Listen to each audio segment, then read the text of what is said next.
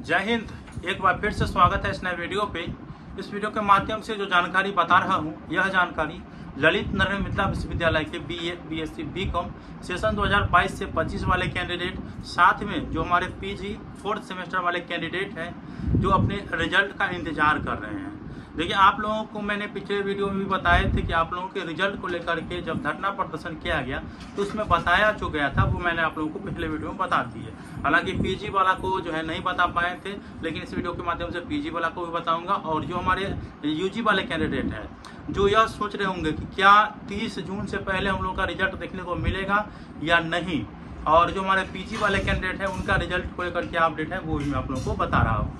Video को शुरू से अंत तक देखिएगा। वीडियो को अच्छा लगे लाइक करके, चैनल को सब्सक्राइब करके ऑल नोटिफिकेशन को ऑन करके जरूर रखिएगा, ताकि इस तरह के वीडियो जब भी मैं अपलोड करूँ तुरंत आपका नोटिफिकेशन पहुँच जाए।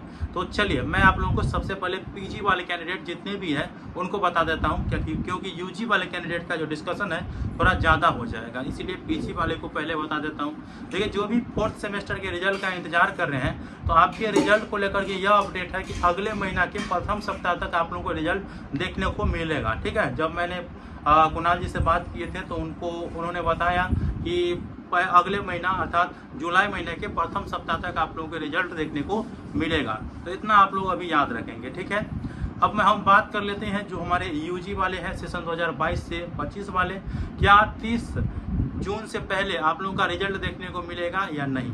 देखिए, यूनिवर्सिटी के इतिहास में ऐसा हुआ है कि जब भी छात्रों के द्वारा आंदोलन किया गया है, अगर आंदोलन का जो गति है वो तीव्र रहता है तो उतने दिन जो आप लोग बोल रहे हैं ना, उतने दिन में जारी कर दिया जाता है। तो आप लोग उस पिछला जो आंदोलन देखे होंगे तो कुछ हद तक जो है आंदोलन सफल रहा था। पूरी तरह से सफल नहीं कह पाएंगे, लेकिन कुछ हद तक सफल रहा था। आश्वासन दिया गया था कि 25 से 30 जून तक में आप लोगों को रिजल्ट देखने को मिलेगा। तो अभी तो हम लोगों को यही जान करके चलना है कि 25 से 30 जून तक में रिजल्ट आएगा। हालांकि मैं आप लोगों को ये भी बता देना चाहता हूँ कि ये कंफर्म नहीं है कि 25 से 30 जून के बीच में रिजल्ट आएगा। जो आश्वासन दिया गया है वो और जारी होने में, ठीक है, उसमें बहुत बड़ा जो है ना फर्क पड़ता है और बहुत बड़ा जो है अंतर रहता है। जब जारी हो जाए तब समझिएगा कि जारी हो गया, और इससे पहले जब आश्वासन दिया जाता है ना तो इतने आश्वासन जो है परीक्षा नियंत्रक महोदय जो है बार बार देते हैं, लेकिन जारी नहीं हो पाता है। आप लोग आंदोलन में जब गए होंगे तो आप लोगों को पता होगा कि 1 साल पहले जिस मांग को वो स्वीकार किया था वो अभी तक नहीं पूरा कर पाया। तो ये जो है 15 से 20 दिन के अंदर जो है वो रिजल्ट कैसे जारी कर पाएगा। कॉपी का मूल्यांकन करने के बाद जो है पोर्टल पर अपलोड करना, उसके बाद जारी करना। तो देखिए, ये बड़ी भारी बात भी नहीं है, लेकिन जो है ना आसान बात भी नहीं है। ये आप याद रखेंगे कि न तो ये मुश्किल है और न ही आसान है, बीच वाला है।